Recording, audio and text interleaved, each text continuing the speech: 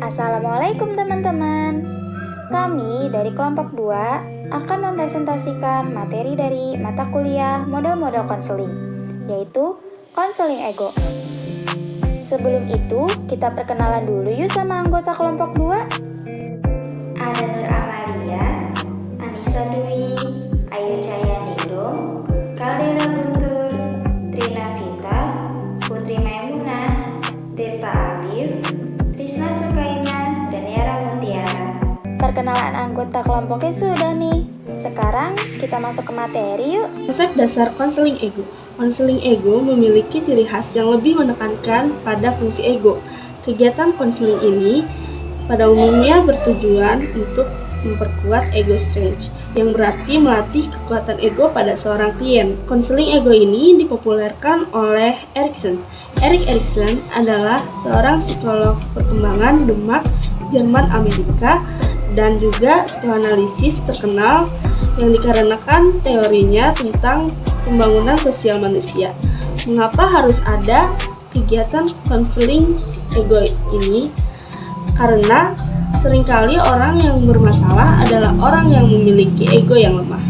Misalnya, orang yang rendah diri, orang yang tidak dapat mengambil keputusan secara tepat yang dikarenakan ia tidak dapat memfungsikan egonya secara penuh, baik untuk memenuhi kebutuhan hidupnya maupun memenuhi keinginannya.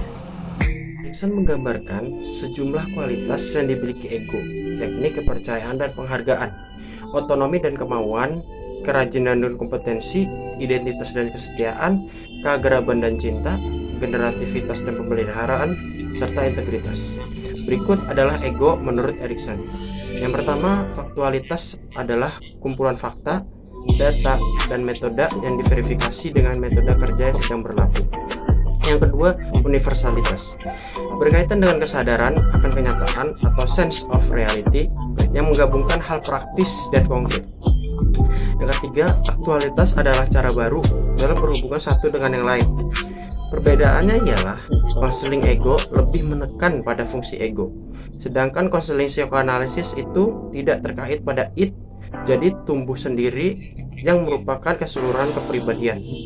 Erikson adalah seorang Freudian dan penulis utama psikologi ego. Erikson pada dasarnya menerima gagasan Freud, termasuk gagasan yang belum pasti seperti Oedipal Complex, dan juga menerima gagasan tentang ego yang didukung oleh para pendukung setia Freudian, seperti Hans Hartmann dan Anna Freud. Teori Erikson lebih banyak dipengaruhi oleh antropologi dan berorientasi pada budaya. Erikson memandang identitas ego sebagai polaritas dari apa seseorang itu menurut perasaan dirinya, dan apa seseorang itu menurut anggapan orang lain.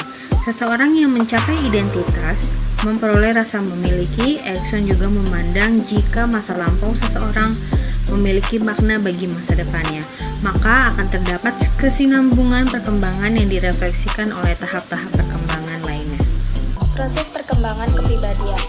Erikson membaginya atas 4 tahap, yaitu pertama, ego berkembang atas kekuatan dirinya sendiri. Yang kedua, pertumbuhan ego yang normal adalah dengan berkembangnya keterampilan anak dalam berkomunikasi. Karena melalui komunikasi, individu dapat mengukur dan menilai tingkah lakunya berdasarkan reaksi dari orang lain. Ketiga, perkembangan bahasa juga mendapat keterampilan individu untuk membedakan suatu objek dalam lingkungan dengan bahasa individu maupun berkomunikasi dengan orang lain. Keempat, kepribadian individu berkembang terus-menerus melalui proses hubungan dirinya dengan dunia luar atau lingkungannya dengan adanya keterkaitan antara hubungan yang satu dengan yang lainnya. Ego dalam diri individu dibagi menjadi 3. 1. Fungsi dorongan ekonomis. Fungsi ini menyalurkan dengan cara mewujudkan tingkah laku secara baik yang baik dan dapat diterima oleh lingkungannya. 2. Fungsi kognitif. Berfungsi ego pada diri individu untuk menerima rangsangan dari luar, menyimpannya, dan setelah itu mempergunakan untuk keperluan coping behavior. Ketiga, fungsi pengawasan disebut juga dengan fungsi kontrol. Maksudnya, tingkah laku yang dimunculkan individu merupakan tingkah laku yang berpola dan sesuai aturan. Tujuan konseling ego menurut Erikson ialah memfungsikan ego klien secara penuh Melakukan perubahan-perubahan pada diri klien sehingga terbentuk coping behavior atau perilaku yang terlihat dan tersembunyi yang dilakukan seseorang untuk mengurangi dan menghilangkan ketegangan psikologi dalam kondisi penuh stres yang dikehendaki dan dapat terbina agar ego klien itu menjadi lebih kuat, di mana ego yang baik adalah ego yang kuat. Ialah yang dapat menyesuaikan diri dengan lingkungan dia berada. Setelah menyimak penjelasan tentang konseling ego, sekarang waktunya kita bahas bagaimana sih langkah-langkah penyelenggaraan konseling ego. Di sini ada 5 langkah penyelenggaraan konseling ego. Yang pertama, membantu klien mengkaji perasaan-perasaannya berkenaan dengan kehidupan, seperti feeling terhadap peranan, penampilan, dan hal-hal yang terkait dengan tugas-tugas kehidupannya. Kedua, memproyeksikan diri klien terhadap masa depan. Dalam hal ini, konselor mendiskusikan tujuan hidup masa depan klien sekaligus potensi yang dimilikinya. Konselor membawa klien agar mampu melihat hubungan yang signifikan antara masa depan dan tujuan hidup klien dengan kondisinya di masa sekarang. Ketiga, konselor mendiskusikan bersama klien hambatan-hambatan yang ditemuinya untuk mencapai tujuan masa depan. Yang keempat, konselor melalui proses interpretasi dan refleksi mengajak klien untuk mengkaji lagi diri sendiri dan lingkungannya. Selanjutnya, konselor berusaha agar klien melihat hubungan antara perasaan-perasaannya tadi dengan tingkah lakunya. Yang kelima, konselor membantu klien menemukan seperangkat hasrat, kemauan, dan semangat yang lebih baik dan mantap dalam kaitannya dengan hubungan sosial. Jika memungkinkan, konselor dapat melatih tingkah laku yang baru kepada klien. Aturan dalam konseling ego. Yang pertama ada proses konseling harus bertitik tolak pada proses kesadaran.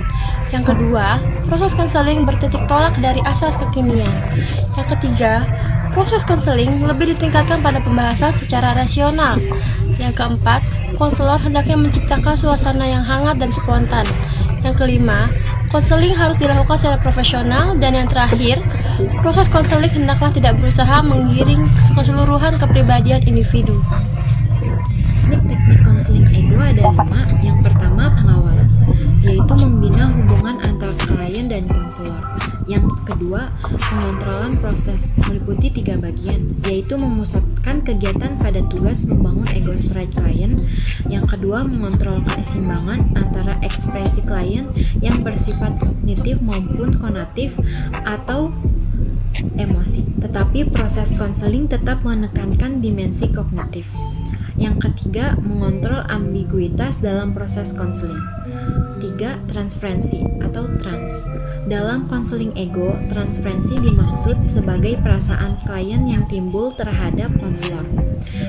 Yang keempat, counter transference, yaitu upaya konselor untuk mencegah munculnya perasaan terhadap klien dan mempengaruhi proses konseling. Yang kelima ada diagnosis dan interpretasi. Konselor bertanggung jawab merumuskan dan mendiagnosis masalah serta memberikan kesempatan kepada klien untuk memahami masalah-masalahnya itu. Nah, gimana nih teman-teman setelah melihat hasil video presentasi kami? Semoga video kami selalu memberikan banyak manfaat untuk teman-teman semua. Akhir kata kami ucapkan terima kasih banyak ya teman-teman. Sampai ketemu di materi selanjutnya. Jangan lupa subscribe.